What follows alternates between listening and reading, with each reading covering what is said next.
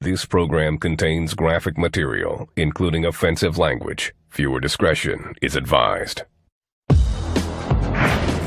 They're unopposed. Instead of just being inside and isolated, let's spread out to the streets. New Mafia can kill anybody, anytime you want. If they can't get you, they're gonna get the family.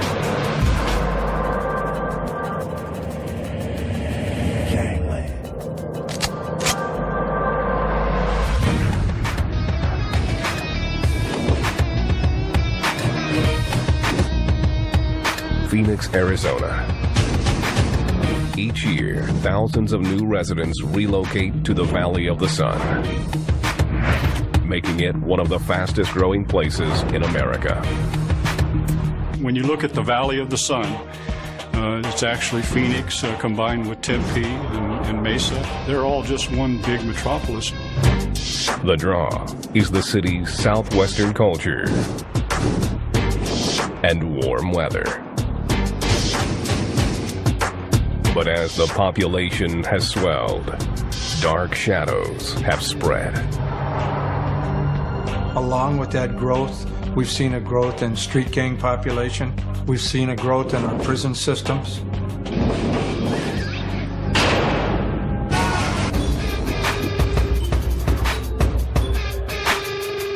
Those prisons are ruled by one vicious gang, Arizona's new Mexican Mafia, known as New MA. The New MA is probably the most influential and powerful prison gang in the state of Arizona. New MA controls. They control street gangs. They control jail. New MA's criminal empire extends beyond prison walls. The New Mexican Mafia is virtually unlimited in crimes. Drug money, protection racket. There's a chop shop here in the valley. They're into anything and everything that will make money, including murder. Somebody did something they weren't supposed to do, so the guns came out. Johnny Farinas, a.k.a. Sinner. He's a sergeant in the New MA.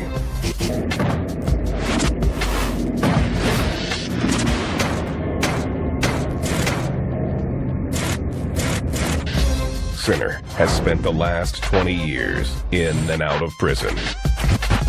He is currently awaiting trial, but won't discuss the charges, which include money laundering and capital murder. Johnny Farinas, a.k.a. Sinner, I know is viewed by the Phoenix Police Department as among the most capable and ruthless killers to have ever worn the tattoo. Sinner was raised in the barrios of Phoenix. I was a kid growing up in a housing project. What brought me into the game was putting money in my pocket. I was selling cocaine. By 18, he was carrying a gun for protection. When a rival tried to muscle in on his corner, Sinner didn't hesitate. We're hustling, man. That was my spot. That was my neighborhood. Dude came in the way. I shot him to get him out of the way.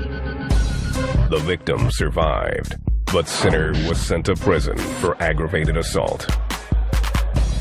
He quickly learned New MA was running the house. I got exposed to that life. Yes, I did. I could relate to their views, and I thought it was a just cause.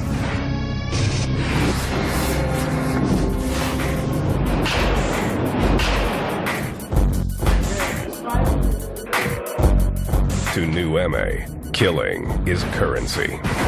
There's only two kinds of people in a correctional setting. That's predators and victims, and these guys viewed themselves as the predators and everybody else were their prey. More than 50 murders, both inside prison and out, are linked to the New MA.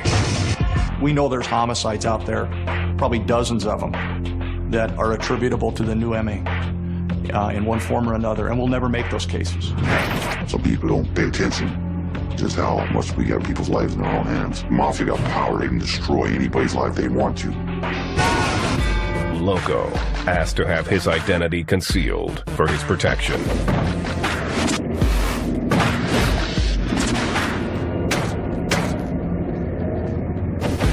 But he admits to his crimes. Murder, organized crime, and possession of dangerous contraband. He tortured and killed a man. His record shows his commitment to new MA. Either juvenile to adult. I've been here all my life. This is what I know. As soon as you go to prison, you know, there's nothing you can do. The prison, MA runs the show every yard. So I decided to get involved. Loco's loyalty earned him control of a crew in Phoenix. He quickly developed a violent reputation. When you're given the streets like I was given all of Phoenix at one time. I was given a whole list of names of people to follow me, right? We got work put in tonight. Get a crew, go over there, murder these people, take their shit. Anybody comes before you, crush me. It's a mindset that has no regard for life. It's continually looking for prey. Those of us that don't belong to the new MA are potential victims for them.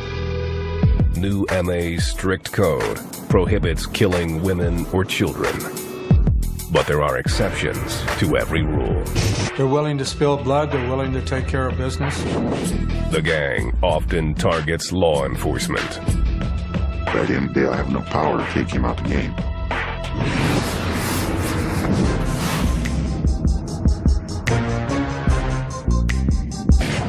January 2000. Lovington, New Mexico. 52-year-old corrections officer Joe Moreno was a family man. But he led a double life. Joe and his oldest son, Stephen, were legally buying salvaged cars and selling them on the black market to a chop shop run by new MA associates. Needed from a salvage vehicle was the VIN plate from the dashboard. Then car thieves steal a similar model, similarly equipped vehicle in Arizona, harvest the VIN plate from the salvage, put it on the good car, and then sell it at top dollar. While police were investigating the chop shop, Joe became a suspect. His name was listed as a potential witness. It became his death notice. The consequences are swift. If you're stupid enough to try to cross one of these guys, you can find yourself dead. January 12th. Joe was at home with his wife, daughters, son, and grandchildren. Joe Moreno, Sr., had just gotten home from his job, and he had had the time to take off his shirt and go to the kitchen for coffee. Two men burst through the front door. They carried pistols and were wearing masks. The women and children were forced to lie on the floor. Joe was dragged to the living room at gunpoint. The assassin held a 9mm semi-automatic handgun above the left ear of Mr. Moreno and fired. He was instantly killed. Looking for Joe's 20-year-old son, Stephen, the second gunman ran down the hall to a back bedroom and kicked open the door. Stephen's younger brother was in the room. There was 16-year-old Joe Moreno Jr. eating Frito pie and watching ESPN. He never had a chance to get up. He took two .22 rounds in the chest. On the way out, the gunman fired 2 more rounds, point blank, into Joe Sr.'s head. Mrs. Moreno called 911, while her youngest son fought for his life. They have only one rule, and that is do what you're supposed to do or pay the ultimate price. You mess up, you're going to get hit in the head. Plain and simple.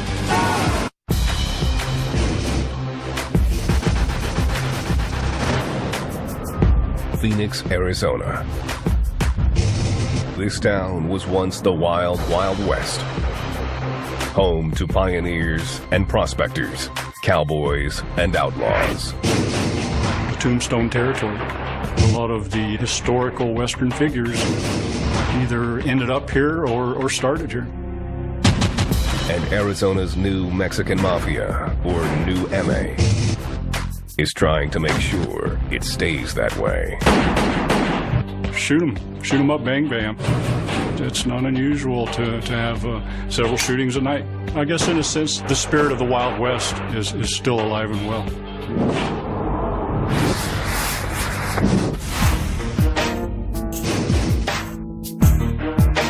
(1975). Arizona's prisons were dominated by La Familia, a loosely organized Hispanic gang. In 1979, longtime gangster Pete Moreno, aka Pete Boy, entered the Arizona prison system.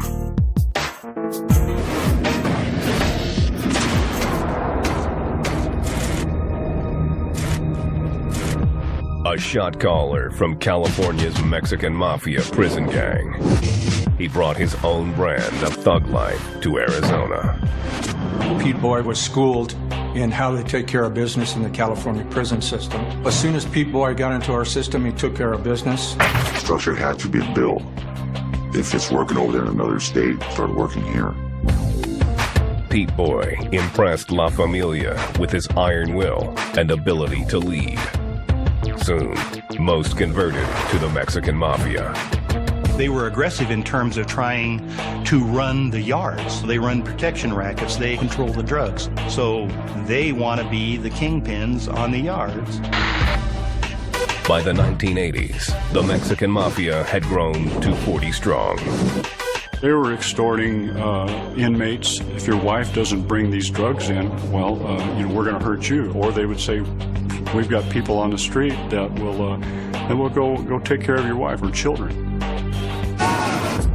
Prison officials moved to contain the gang, confining Pete Boy and other high-ranking members to solitary confinement. The leaders no longer had access to the gang, but it didn't stop their operations. Even though those leaders were in lockdown, they were still telling those on the yard what to do and requiring them to send proceeds of whoever they were victimizing to them in lockdown. Lower-ranking members began to resent the higher-ups. They got tired of being puppets for those guys in segregation. They decided it was time for a change. Somebody has to be the shot caller in the yard, or somebody has to be the leader on the yard. So something had to grow. The Mexican Mafia assembled a crew of deadly enforcers called internal security. Internal security were basically spies feeding them information on what was going on, who was paying what, who wasn't paying, who needed to be extorted or intimidated or assaulted. Prison officials began referring to the younger opposition as the new MA. The name stuck. They're the old, he's the new.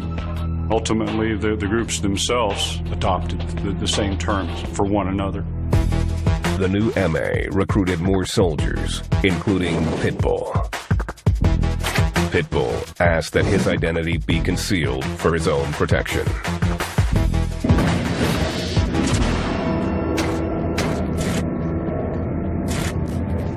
And you guys started recruiting people, saying, hey, look, we're going to start this new thing, but we got to take out the old ones.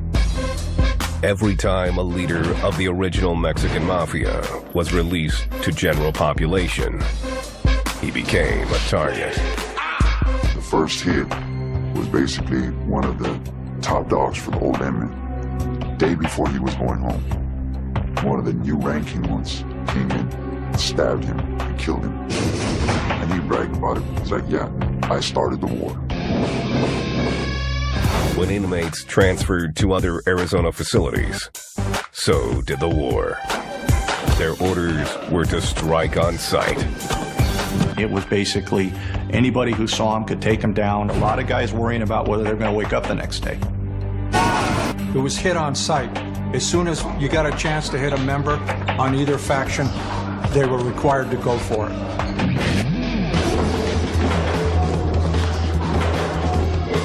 The war between the new MA and the original Mexican Mafia continued for 20 years. We've had riots, we've had fights, you know. I don't really want to get into date and times and who was stuck and who wasn't stuck. By 1995, the new MA controlled the yards. The numbers of the old MA dwindled down to 11, so the new MA basically won out. Power in numbers, and the new MA had the numbers. We earned it, not just by one incident, but over the years. Something that was built up.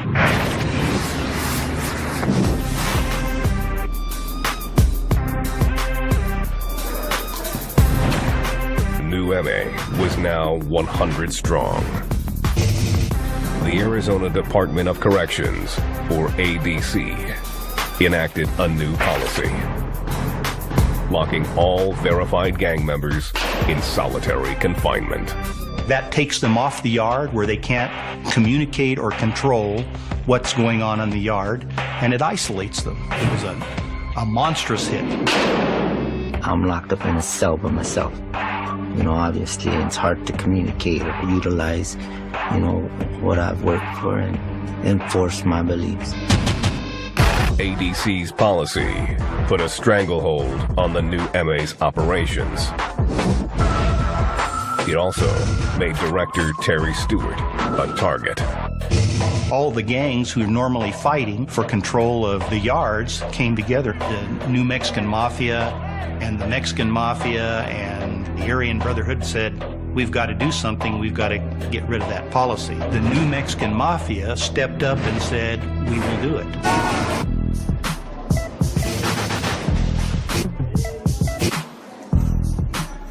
November 1997.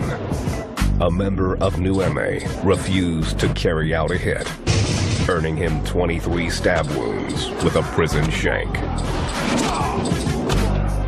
He survived, and in protective custody, told authorities something shocking. His life was in danger from his own gang, and as a result, he told them, I want to tell you about this particular big deal we're working on. He told the ADC that 2 new MA soldiers on the outside had been tailing Terry Stewart for months. There was a restaurant called the Oaxaca. Terry Stewart was known to go eat there. They rented an apartment that could view that restaurant and watched for a couple of months my goings and comings. The assassins had followed Stewart into the restaurant, prepared to kill. They had their hands on their weapons, walking towards the table that Terry Stewart was sitting at. But their plan was thwarted. By the grace of God, a couple of uniformed officers came in and sat down to eat, and so they couldn't take care of it then. If those Phoenix police officers hadn't chose to walk in at that point, I would have been a victim of the violence of the New Mexican Mafia.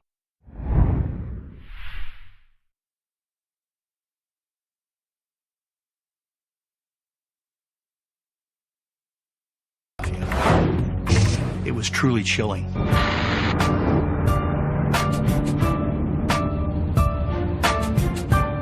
Police arrested 3 new MA members, charging them with conspiracy to commit murder. But the message was received. The deadly arm of the new MA could reach anyone, anywhere in Arizona. The New Mexican Mafia made the single most dangerous domestic threat to the Phoenix Valley, period, without question. People die on the streets. All that happens up there is lives get lost left and right. Phoenix, Arizona. The Valley of the Sun is home to the New Mexican Mafia. And those who wear the gang's sun tattoo run a deadly racket. If I have to hit you, whack you, pop you, however, I'm gonna do it.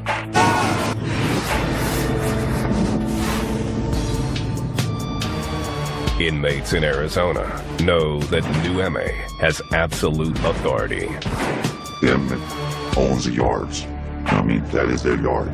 You come in thinking that it's not their yard, you're not going to live. You're not going to survive. You know what I mean? Because at the end of the day, it's their rules.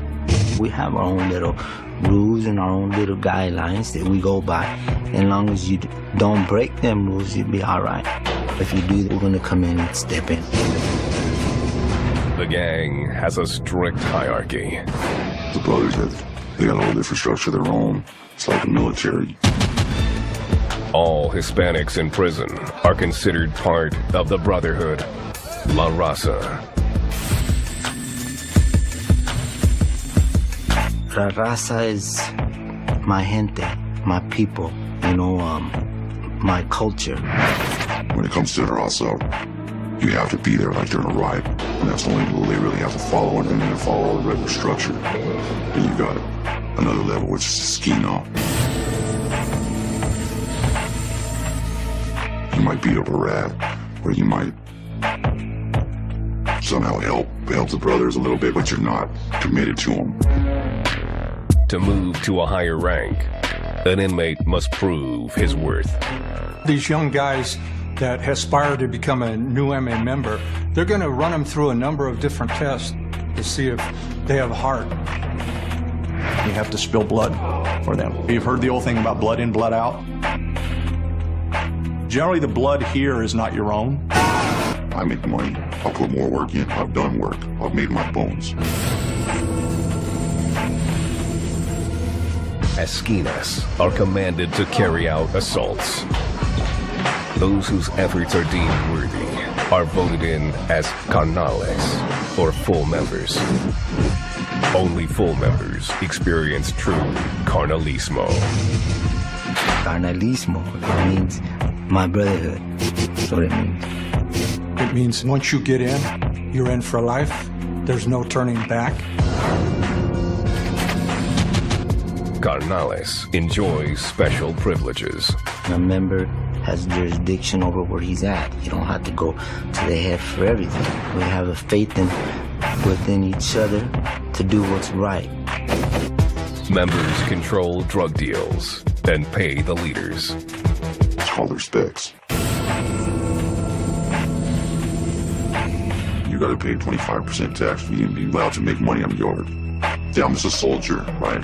I take care of my sergeant lieutenant. My sergeant lieutenant takes care of certain brothers as well. Only full members are allowed to brand themselves with the sun patch, the symbol of the new MA. The symbol is the sun, with the sunbursts going one way like a blade, like a knife, and the other way they're like little hooks. The 2M, the skull on top. That's my patch. That's something that I've earned as being someone that sticks up for his raza. Someone that directs or tries to guide his raza. New MA gangsters alter their tattoos to conceal their affiliation and avoid Arizona's mandatory lockdown for all gang members. They'll put a double M into a pattern on their body, try to disguise it within their different tattoos. A lot of times they'll use a double line with 3 dots to distinguish the number 13, which is the letter M in the Hispanic alphabet that means, you know, Mafia. The Black Rose tattoo must be bought with blood. To earn that privilege, you have to murder someone. And it must be witnessed by another new MA member. They use the kill to basically hold it over their head to keep them in the fold, you know, and basically tell them, hey, we know about this, you know, you turn on us, we can turn on you.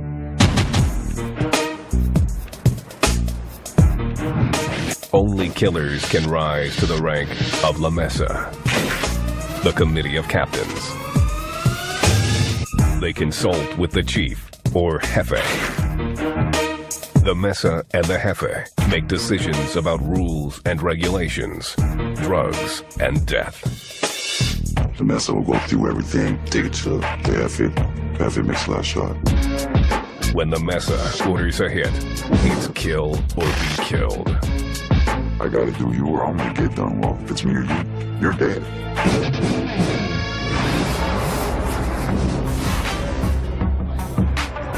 It takes more than muscle to make your bones. Killers come a dime a dozen. Everybody's in for killing or putting work in. You can't just be a killer and get into the mix, right? I can't just run out of the yard, stab everybody, and be made. They educate you. They want you to learn how to make money. Members are also required to take lessons in Aztec history and ceremony. There are things that deal with our culture, our ancestry from Mexico. We take pride in some of their beliefs and their views. New MA gang member, Loco, conducts ceremonies based on the rituals of Aztec warriors. During special times or preparation for war, you fast for 4 or 5 days, and then you put your war paint on. And you have different war symbols. You make cuts on your arms, down your shin, behind your ears, underneath each testicle, and then you collect up all the blood from all that, and you put it into your water when you drink it. New MA members must study the Aztec language. More of the people are speaking Nahuatl, which is the original language of the Aztecs. They do that so they can talk without people that aren't a part of the set knowing what's being said. Xochitl means window, which means glass, with me, crystal methamphetamine. Papali, which is Nahuatl for black, we use for heroin.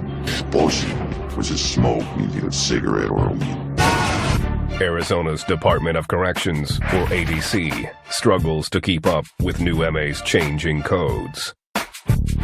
Messages are sent through phone calls and prison visits, even by defense attorneys on the take. They'll pass the message exactly who they want to go to out in the street. They'll do it in what they call kites.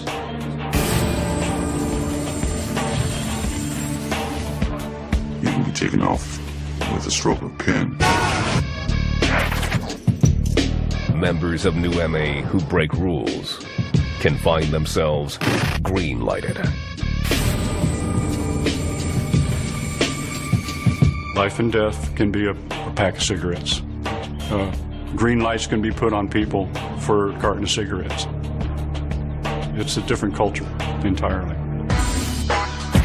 Sinner, a New MA sergeant, discussed gang business over a prison phone that was wiretapped. His coded messages were easily interpreted, and he is thought to have been green-lighted. Sinner, snitch. Yeah, and the way he did snitch, it's dry snitch. Not just because he told, but because he told on one of his own. They're gonna put you out, you're gonna get dealt with. Sinner won't discuss whether he is on the list. We're a group of men, and we all bump heads one time or another or whatever. The MA runs the show. And sure, we get challenged at times, but we always win.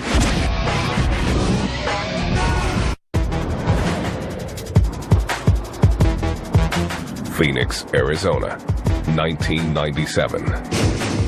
The New Mexican Mafia, or New MA, had spread its power from its birthplace in Arizona's prisons to the streets. The gang was targeting high-ranking corrections officials and anyone else who crossed them. Violence is a way of life for these folks. And there's really just one rule, and that is do what you're expected to do or die. And they were devising new ways to make a dirty dollar. The New Mexican Mafia, prolific in the drug trade, auto theft. They were alleged to even be involved in human smuggling. They were taking advantage of everything that was going down in the Phoenix area. New MA began doing business with a small but violent Arizona-based crime ring, the Cisneros brothers. The brothers, Luis and Felipe, ran garages that fronted chop shops, trafficking in stolen cars. They also dealt cocaine, methamphetamine, and heroin. The Cisneros brothers were New MA's kind of criminals. They got involved with a couple people that were MA out here, and they joined the team and made a lot of money. And as a result, they're part of our family in some sense. What I can tell you about them brothers is they're good people. They're good individuals. They're my homies. And they formed the perfect crime syndicate with New MA. What they were basically doing was giving the new MA coke to go do dirt. What better group to hire? The new MA are killers. They killed inside prison. They killed on the outside. Phoenix area police began looking into the Cisneros brothers' ties to New MA. During the investigation, an informant agreed to give evidence about one of their chop shops. But before he could testify, the informant was shot 3 times. The man survived and was relocated to Houston for his own protection. A year and a half later, he was found dead in his car. Photos of stolen vehicles on his lap. He was killed in a parking lot of a Jack-in-the-Box by gunshot, an absolute execution in broad daylight. 5 months later, a second potential witness went missing. His car was found in a South Phoenix neighborhood, along with some gruesome evidence. His green Cadillac was found abandoned in an apartment complex, and there was a sufficient amount of blood and brain matter for a medical investigator to conclude that no human being could survive. When a third witness turned up dead, authorities knew they were in a losing battle. Every time they would approach a witness to roll, the next thing they knew is that that witness would be murdered.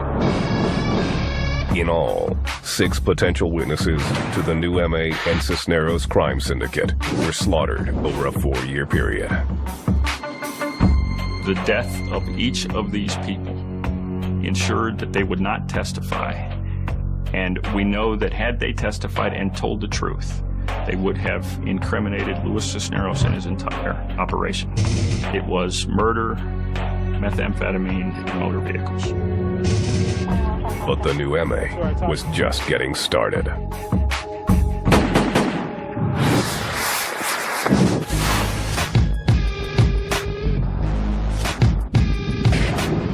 January 2000. A Phoenix area gang task force wiretapped a phone call between Luis Cisneros and a member of New MA. Le estaba hablando, se recuerda de a mi novia, la que tengo allá que quería saber si trabaja en las mañanas o en las tardes, no sabe. Luis Cisneros referred to the need to visit his girlfriend who works at the casino in New Mexico to deliver her a belated Christmas present. The New MA member said he would try to learn the woman's work schedule. La ponen en veces en la mañana o en veces la ponen en la tarde. Pero yo sí puedo saber, pero nomás si se puede hacer así para caerle así nomás, que le tengo el regalo de Christmas y todo. The police feared this present might be the barrel of a gun. We got these sly little names that nobody knows what's going on. We always try to come one up on the cops so they can't understand what we're talking about. Before the code could be broken, 2 New MA soldiers invaded the New Mexico home of correctional officer and former Cisneros brothers associate, Joe Moreno. They forced the Morenos to the ground at gunpoint, then executed Joe in front of his terrified family. The gunmen searched the house for their other target, Joe's oldest son, Stephen. Instead, they found Joe Jr. and shot him twice in the chest. The man on his way out of the house also delivered 2 rounds under the chin of Mr. Moreno. As kind of a coup de grace, they were in the house for no longer than 2 minutes. Joe Sr. died instantly. 16-year-old Joe Jr. was rushed to the hospital, but died on the emergency room table. Joe Jr. was a sophomore in high school, was the undisputed star of Lovington's football team. He was the brightest light in that little town. That kid was and would have continued to be somebody. Oh well, it's business as usual. Somebody's life really has no value to somebody that just doesn't care. They don't have respect for anybody's family about putting somebody in the ground.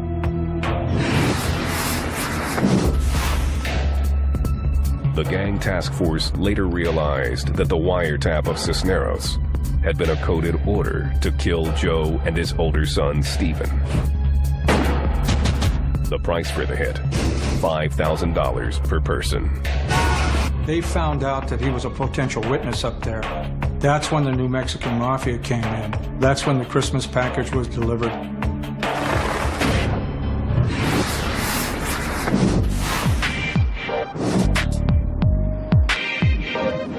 September 19, 2002.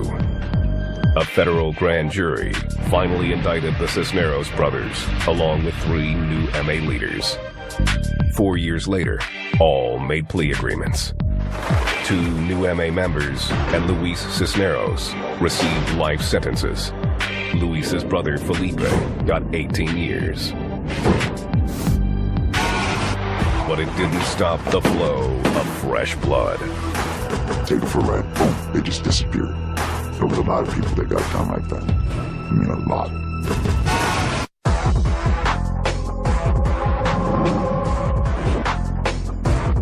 Phoenix, 2006.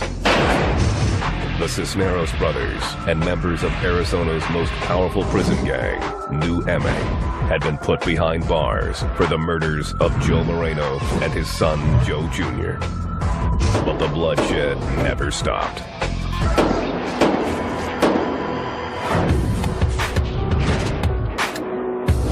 October 2007. Loco had been out of prison for a year when a new MA soldier approached him. The soldier claimed his cousin had been raped and asked Loco and 2 other new MA brothers to help avenge her. The alleged rapist was tracked down. The gangsters tied him up and forced him into their truck. Then presented him to the soldier's cousin for identification. She needed ID, make sure we had the right person. She was terrified. And you know what I mean? I was there, I even held her. I'm thinking now after I hold her, like, hey, it's all right, me, huh? The man was driven to an isolated location and murdered. He was stabbed to death and then shot in the head, submerged in water in the canal bank. The body was taken care of and all that, and everybody was okay. But someone talked. 8 months later, Loco was arrested by Phoenix police. At trial, the woman who was raped testified. For the first time, Loco realized why she had been so afraid. The night everything went down, I thought she was crying and shaking and all that because she was scared of this guy that raped her and this and that, right? But in reality, as I look back, she was scared to death of us. Loco was sentenced to 16 years for his role in the murder. Since then, efforts to shut down New MA have done little. The New Mexican Mafia leadership will rise. It will be decapitated. Someone else will rise. It is a war between the New Mexican Mafia and law enforcement in Arizona.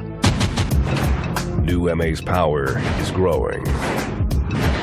They are now major players in the drug import game, getting most of their supply from Mexico. It's a rugged area, rugged terrain. It doesn't have the manpower to police it.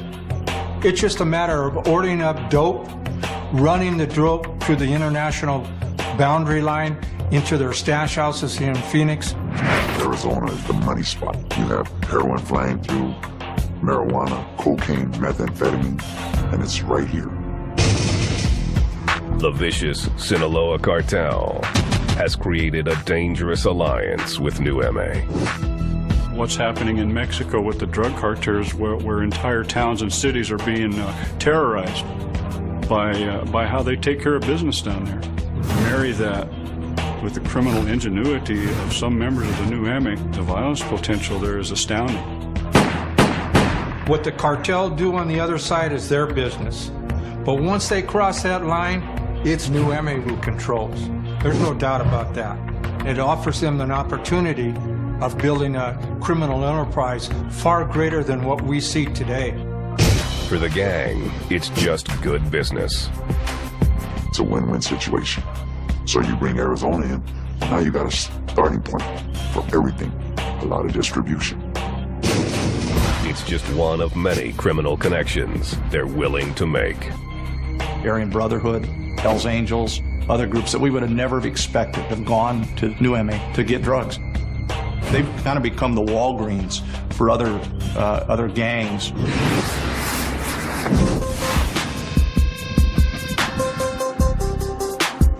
New MA's alliance with the drug cartels has cleared the way for an unexpected reconciliation with the gang's oldest enemy, the old MA, or Mexican Mafia. For 2 decades, this was going on. Bodies flying, people being assaulted. All of a sudden, we start picking up about this truce that existed. The bad blood that we have in California, Cisneros Brothers fixed a lot of that. They opened the gate right there for my higher-ranking members to move in and fix that. Now, these sworn enemies have called a truce in the interest of doing business. Let's say a price of a pound of weed here. If you buy in bulk, it's like $250 a pound. So you buy 100 pounds. You send them to California. Now the price of that weed just quadrupled. California is just being smart. For New MA, the backing of the Mexican Mafia means their power now extends all across America. Pretty much anybody that's California's enemies are our enemies now. But we have pretty good united front. Yeah, we bat for each other, but that's the objective, that's the goal, is to be there to support one another.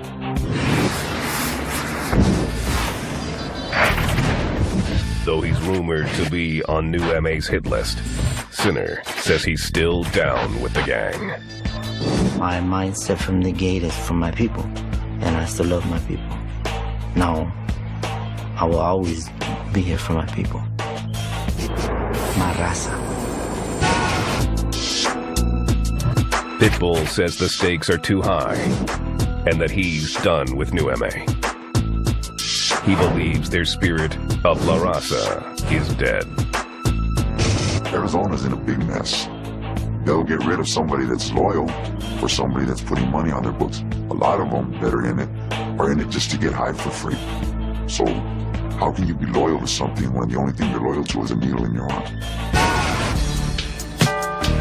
Loco says he's not going to stop working for New MA. I love the game, love the people. You know what I mean? I've given my life to this game. I just know that if you want to eat with the big boys, it's best to be on top. Loco doesn't see an end to the terror. At the end of the day, everybody knows who the MA is. And it's not going to be something that you can just put away. The streets are madness. They still do their thing out there. They're not going out of business, and they're not going anywhere. I see dangerous times. The MA's going to come up.